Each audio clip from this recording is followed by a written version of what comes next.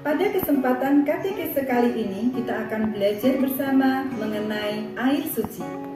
Pada saat kita mau masuk ke gereja, kita seringkali mencelupkan jari tangan ke dalam air suci dan membuat tanda salib. Hari ini kita akan belajar apa kata kitab suci tentang air suci dan menyelupkan jari tangan ke dalamnya. Air sangat sering disebutkan di dalam kitab suci.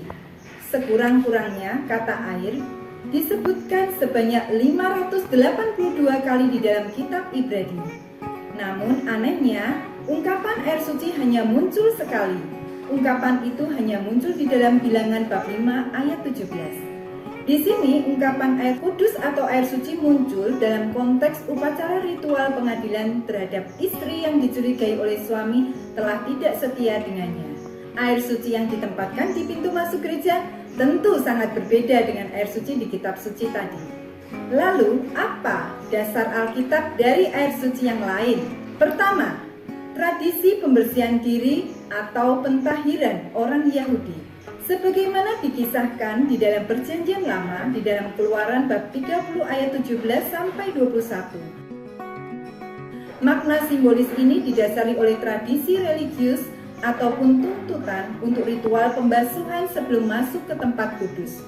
Para imam Israel juga diperintahkan untuk membasuh tangan dan kaki mereka sebelum mempersembahkan kurban persembahan. Air suci itu juga diperlukan untuk ritual pembasuhan khusus di Israel seperti 1. Pentahbisan para imam, Keluaran 294, pentahiran kaum Lewi, pentahiran pada hari pendamaian, Imamat bab 16 ayat 4, pentahiran bagi orang kusta, terkadang dipercikan pada orang atau benda yang najis secara ritual di dalam Imamat 14:52. Yang kedua, pembaptisan dan penyucian dari dosa.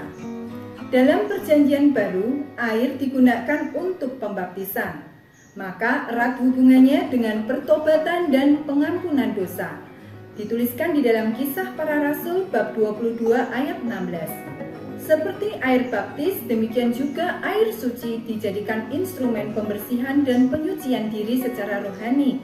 Karena Yesus telah menyucikan air sebagai sarana penebusan dan pendamaian kita dengan Allah waktu dibaptis di sungai Yordan.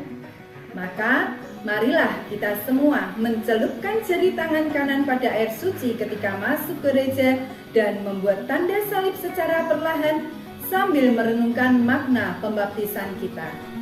Demikianlah katekese singkat mengenai air suci. Sampai jumpa, berkah dalam, Tuhan memberkati.